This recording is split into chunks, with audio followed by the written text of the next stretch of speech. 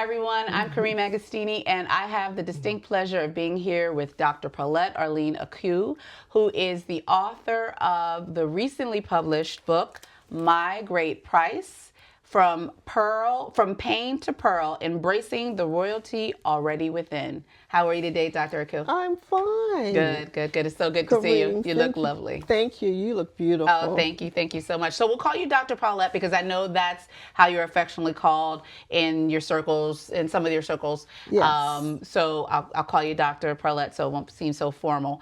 So we're here today to talk about your new book. And first I want to ask, well, first, yes, congratulations. Yay. Thank Congratulations on becoming a published author. You know, that's Thank you. something that is a accomplishment in and of itself. Yes. Okay.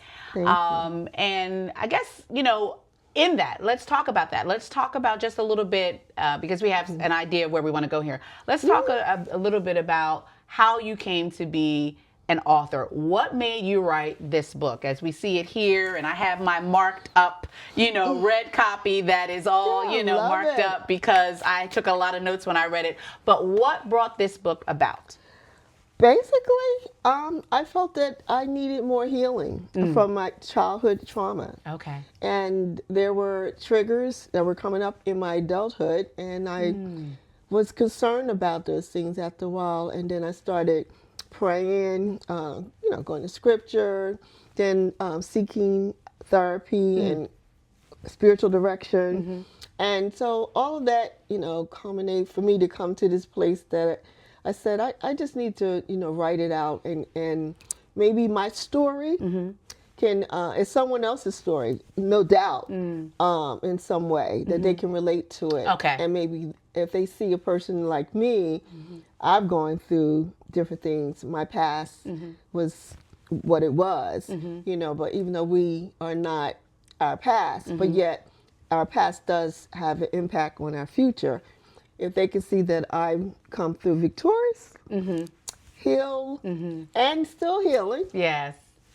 then It would be an encouragement. Yes. So what part of the process did you realize? You said you were in therapy. It was during the going through the therapy that you realized you needed to get it all written down and get it all flushed out, and then get it to in print form so that it could be a testimony and an encouragement. Was it through that process? Was it before? I know you mentioned at one point in time it took you a long time to get the book compiled. So how long did it actually take you to get it from the thought, the process, to the publishing, you know, well, to it being published? when I originally started writing, had been definitely over 10 years ago. Wow, that's a long time. Okay. I actually have documents, you know, from that period of Okay. time. So I probably a little bit more than 10. So I've walked that journey by myself, actually, and I kept it all inside. As you know, I felt that the Spirit of the Lord was, you know, leading me, and I started writing it down. So I just broke it up in different chapters based on, you know, what I was going through, so I can get a hold on it, so to speak, to understand, you know, what was going on.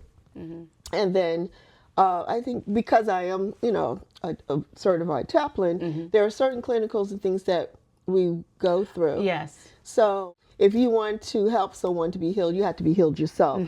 So you have to know who you are. And we all have impediments. We all have challenges. So we just have to know what they are, so that we won't, like, basically dump on other people or hurt, you know, how that saying says, hurt people, Hurt people. So can healed people help heal people? Yeah. Yes. Is that really? That's basically it. Yeah. So from time to time, I saw a therapist, but my motivation came from, you know, within, because I felt that would be a healing, and I wanted this book to leave it to, you know, my children and generations in my family as well, so that, you know, maybe some of those little pitfalls or whatever that I experience that they won't necessarily have to go through, or for them just to be aware of it. Right. Okay. You know. So there was even, like you said, initially you talked about someone you didn't know, but now you just mentioned the people you do know. Yes. And the fact that they, your children in particular, you know, saw you as mom, but obviously didn't know all the things that you went through, right? Right. So was it during that process, at what point in the writing process did you realize which audience, or how the audience was switching, or how did that happen? You know what I mean? Well, one thing I know had happened, I was speaking to my daughter, and we were talking about some things. Yeah, of course, I was married 26 years with their father. My daughters, I had said something, and so to speak, she says, "Mom, well, that's not what Dad said."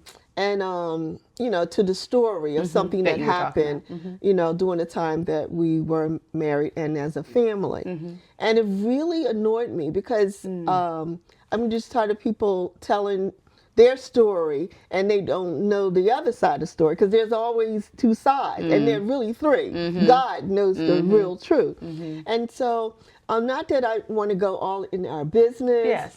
And throw anybody underneath the bus or anything like that. It's not that at any way. When you read the book, I believe you see, or you'll read the grace that I give. I talk more about myself. That's interesting. More so than trying to, you know, paint a picture of anyone someone else, else. which I think is important that you hit on right now. And let's go into the story. Okay. A little bit more about the story, because what you share is intimate. It's very personal.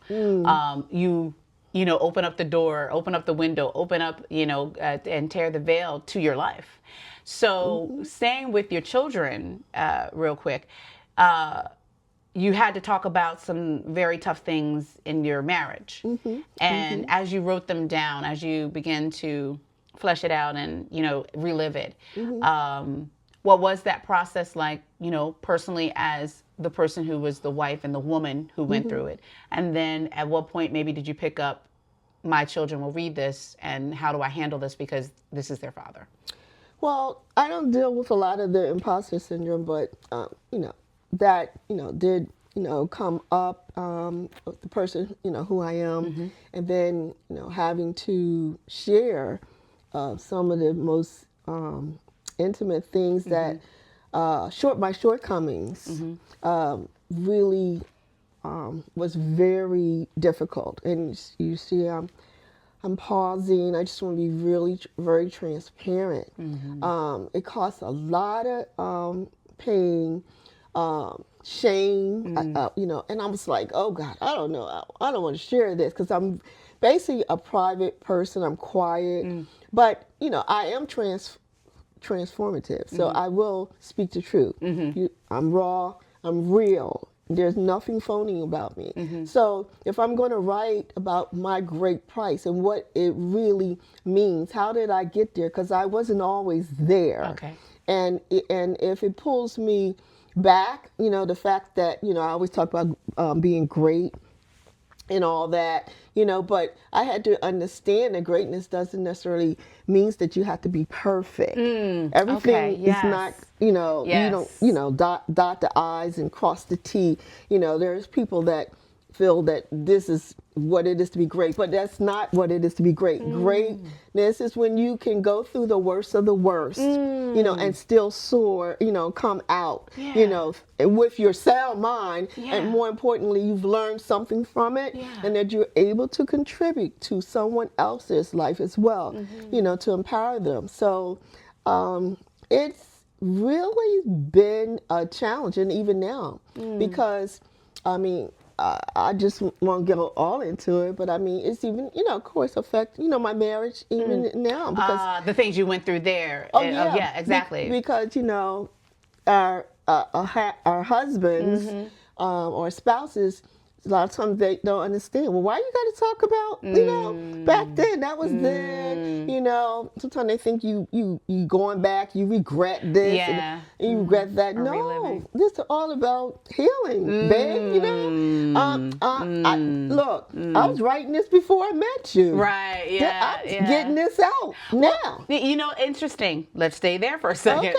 When you got to this point where, 2 years ago, or I don't know how long you and your husband, your now husband, knew each other before you got married, but Five total. Okay, now. 5 total. Okay, great. Okay, so 5 years total, 2 years that you've been married. So when you came there, do you think you were healed, or were you still healing, or how was it that you could approach that That's a good relationship? Because then, like you said, at some point now during the process in this last year or whatever it was, you finalized the book. So you were in your past for a minute, living there. So how did that all, manifest, and how did that work in the current relationship, in your current marriage? Well, first I'm thinking about Philippians, talk about he that begun a good work in me shall perform it until the day of Jesus Christ.